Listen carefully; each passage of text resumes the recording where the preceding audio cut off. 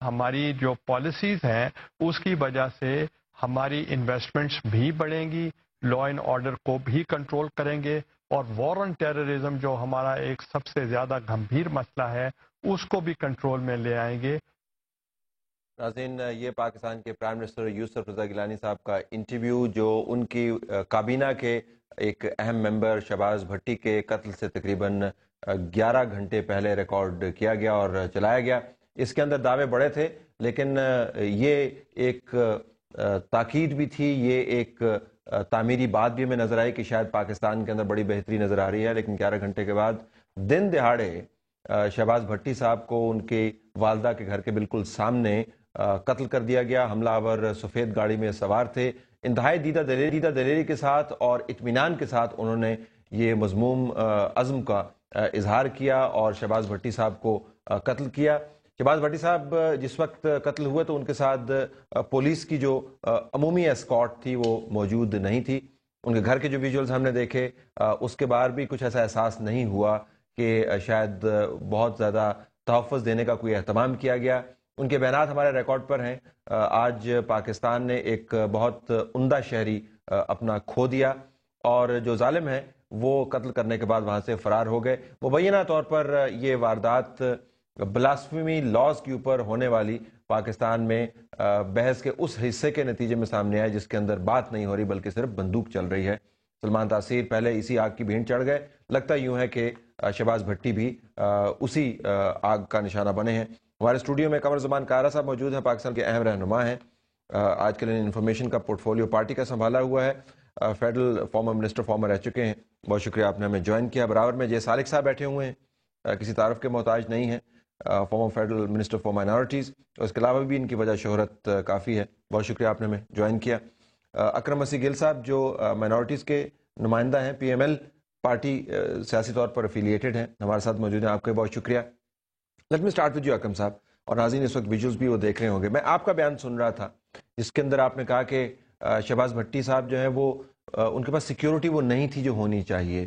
میں ذرا تفصیل سے آپ سے جاننا چاہوں گا کہ یہ انہوں نے آپ کے ساتھ شیئر کیا یا آپ کا مشاہدہ ہے، یا جب سے سلمان تاثیر صاحب والا واقعہ ہوا تب سے آپ آبزرو کر رہے تھے یا وہ آپ سے شیئر کر رہے تھے؟ معاملہ کہ آپ نے یہ بیان کس تناظر میں دیا؟ وہ اس طرح سے ہے کہ پچھلے سیشن کی بات ہے، اس سے پہلے بھی میں ان کے ساتھ ہی آ جاتا تھا، ان کی گاڑی میں چلے جاتے تھے، کبھی وہ مجھے لاجز تک ڈراپ کر دیتے تھے، کبھی میں ان کے آفس چلا جاتا تھا۔ تو جب سے گورنر پنجاب کی اسیسینیشن ہوئی تو انہوں نے مجھے بتایا کہ جی مجھے بھی دھمکیاں مل رہی ہیں، اور ان کے والد کا جب انتقال ہوا تو پھر ان کے گاؤں بھی جانا ہے کہ میں گیا اظہار افسوس کے لیے خوشپور، تو وہاں پر بھی انہوں نے اس بات کا جو ہے وہ اپنی تقریر میں کہا کہ مجھے جو ہے وہ دھمکیاں مل رہی ہیں۔ اور پچھلے سیشن میں انہوں نے مجھے کہا کہ جی میں نے رحمان ملک صاحب سے بھی کہا ہے مجھے پراپر سیکیورٹی دی جائے، لیکن نہیں دی گئی۔ پرائم منسٹر صاحب سے بھی میں نے بات کی ہے، اور پریزیڈنٹ آف پاکستان آصف علی زرداری صاحب سے بھی بات کی ہے، اور زرداری صاحب نے انہیں شیور کروایا تھا کہ میں انٹیریئر منسٹری کو کہوں گا اور آپ کو بلٹ پروف گاڑی مل جائے گی۔ اور ابھی آج جب میں پمز ہاسپٹل گیا تو جہاں پر ان کی میت پڑی ہوئی ہے تو ان کے گھر والوں سے بات ہوئی، 1 ماہ پہلے انہوں نے ایک اپلیکیشن بھی انٹیریئر منسٹری کو دی تھی کہ مجھے بلٹ پروف گاڑی دی جائے، اور میں سمجھتا ہوں کہ آج اگر ان کے پاس بلٹ پروف گاڑی ہوتی تو شاید شہباز بھٹی صاحب زندہ ہوتے۔ تو میں سمجھتا ہوں کہ ان کو مناسب سیکیورٹی نہ دینا یہ ہماری سمجھ سے باہر ہے۔ باقی معاملات پر ابھی ہم آتے ہیں جو اس کے پس منظر ہے، یہ سائز مشاہدہ کیا ہے؟ آپ نے منسٹری سنبھالی رکھی ہے، آپ کو اندازہ ہے کہ منسٹر کے اوپر ذمہ داری کیا ہوتی ہے، اور مائنارٹیز کا منسٹر ہو تو پھر اس کا معاملہ ہی کچھ اور ہوتا ہے، پاکستان کا ماحول کچھ سازگار نہیں رہا بدقسمتی سے۔ آپ کا کیا خیال ہے، ان کے پاس پروٹیکشن تھی جو ان کو چاہیے تھی، ہونی چاہیے تھی آپ کی نظر میں، یا نہیں تھی؟ اور میں سمجھتا ہوں کہ ذمہ داری حکومت پر تو جو تھی وہ تھی، لیکن کیا ان پر کوئی ذمہ داری نہیں تھی کہ انہیں اس بات پر وہ پروٹیسٹ کرنے کے لیے تیار نہیں تھے؟ وہ احتجاج نہیں کر سکتے تھے کہ جناب اگر مجھے تحفظ نہیں دیا؟ اور آپ کو پتہ ہے کہ ایک منسٹر چاہے وہ الیکٹڈ نہیں ہے، یعنی وہ چاہے سلیکشن سے بھی آیا ہو، لیکن کیونکہ وہ ہم پر یعنی لاگو کر دیا گیا ہے، نمائندہ ہی ہمیں کہنا ہوتا ہے، لہٰذا میں آپ سے عرض کر دوں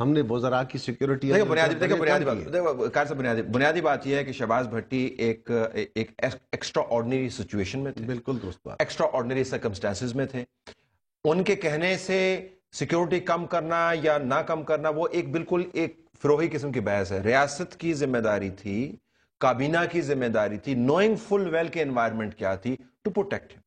میں اس بات سے انکار نہیں کرتا, لیکن تو پھر ذمہ داری کس کی بنتی؟ اب کہیں نہ کہیں تو آپ کو ذمہ داری. ایسے بھی آپ دیکھیں کہ بعض ایسے وزراء ہیں جن کے پاس پورٹ فولیو بھی نہیں ہے, جن کو دھمکیاں بھی نہیں مل رہی, ان کو جو ہے وہ بلٹ پروف گاڑیاں دی ہیں. ایک ان کے فیڈرل منسٹر کو, وہ بھی منارٹی کا منسٹر ہے, اس کو دھمکیاں مل رہی ہیں, وہ کہہ بھی رہا ہے, اور اس کو آپ بلٹ پروف گاڑی نہیں دے رہے. اور اس کی وجہ سے آپ دیکھیں, اس کی وجہ سے صرف پاکستان. یہ اکرم صاحب ذرا اپنی بات درست کریے, کابینہ کے ٹوٹل 3 یا 4 ارکان ہیں جن کے پاس بلٹ پروف وہیکلز. وہ تو ابھی ہے نا, شہری رحمان کے پاس بھی رہی ہے. جب وہ شہری رحمان آپ کو پتا ہے وہ اپنے نظریات کے حوالے سے یا اپنی گفتگو یا اپنے شہباز بھٹی صاحب کا بھی مجھے اس سے انکار نہیں ہے طلعت صاحب, مجھے اس سے انکار نہیں ہے. میں بالکل کہہ رہا ہوں کہ شہباز بھٹی صاحب کو یہ خاص طور پہ گورنر سلمان تاثیر صاحب کی شہادت کے بعد جو صورتحال ڈیولپ ہوئی تھی اور جس طرح کی دھمکیاں انہیں بھی مل رہی تھی, باقی لوگوں کو بھی مل رہی تھی, آج بھی آپ کی کابینہ کے وہ ممبران موجود ہیں جن کو دھمکیاں ملتی ہیں, ان کو ڈائریکٹلی بھی آتی ہیں, ان کو سیکیورٹی ایجنسیز بھی بتاتی ہیں. اس کے باوجود آپ کے پاس اتنی بلٹ پروف وہیکلز نہیں ہیں. شہباز کو ملنی چاہیے تھی, مجھے اس سے انکار نہیں ہے, میں بالکل یہ بات کہہ رہا ہوں. لیکن آپ کی کیبنٹ میں اس وقت اگر رحمان ملک صاحب کے پاس گاڑی ہے تو وہ آفیشیل نہیں ہے, سرکاری گاڑی وہ استعمال, ان کے اپنے پاس بلٹ پروف گاڑی ہے ان کے پاس, یعنی جو خود افورڈ کر سکتا ہے وہ اپنے آپ کو بچا لے. ہے طلعت صاحب, میں صرف جو میں نے پہلے بھی بات کی میڈیا کا ایشو میں نے کہا, اس پہ بھی مجھے ایک گزارش کرنی ہے, اپوزیشن ہو یا میڈیا ہو یا میں ہوں یا آپ ہوں, ہمیں ضرور ایک بات دیکھنی چاہیے کہ جہاں پہ ایک چیز کی ضرورت ہے, سیریس ضرورت ہے, اور جس کے نہ ہونے کے نقصانات اس طرح آ سکتے ہیں. شہباز بھٹی ایک عام فرد نہیں تھا, شہباز بھٹی ایک تحریک کو لیڈ کر رہا تھا اور بڑی جرات کے ساتھ لیڈ کر رہا تھا, اور ان کو تحفظ ملنا چاہیے, بالکل ملنا چاہیے تھا. اچھا, ہم ذرا اس بات پہ آتے ہیں کہ ناظرین آج کے قتل کے بعد پیغام کیا گیا ہے مائنورٹیز کو بالخصوص, ذرا اس کے اوپر ہم بات کرتے ہیں. اس کے علاوہ پاکستان سے باہر جو لوگ اس نظام کو دیکھ رہے ہیں ان کے اوپر کیا اثر پڑے گا. ہم ہندوستان کے اندر ہونے والی ڈیبیٹ دیکھ رہے ہیں, بین الاقوامی اخبارات میں چھپنے والے آرٹیکلز دیکھ رہے ہیں, انٹرنیٹ کے اوپر ہم بلاگز دیکھ رہے ہیں, اور اس کے بعد کہ مائنورٹیز ان تمام واقعات کے تسلسل کے تناظر میں اپنے مستقبل کو کس طریقے سے جانتے ہیں. یہ بہت اہم ایشو ہے, صرف مائنورٹیز کا ایشو نہیں ہے, ہم اس سے اتفاق کرتے ہیں, لیکن آپ کو مائنورٹیز کے گروپ کا حصہ ہو کر اگر ذہن بنا کے سوچے تو پتہ چلے گا کہ آج ان کی ولنریبلٹی کیا ہوگی, جب ان کا منسٹر جو ہے دن دہاڑے مارا گیا اور اس کے پاس صحیح طریقے سے پروٹیکشن بھی اویلیبل نہیں تھی. اسٹے ٹیون, بریک کے بعد واپس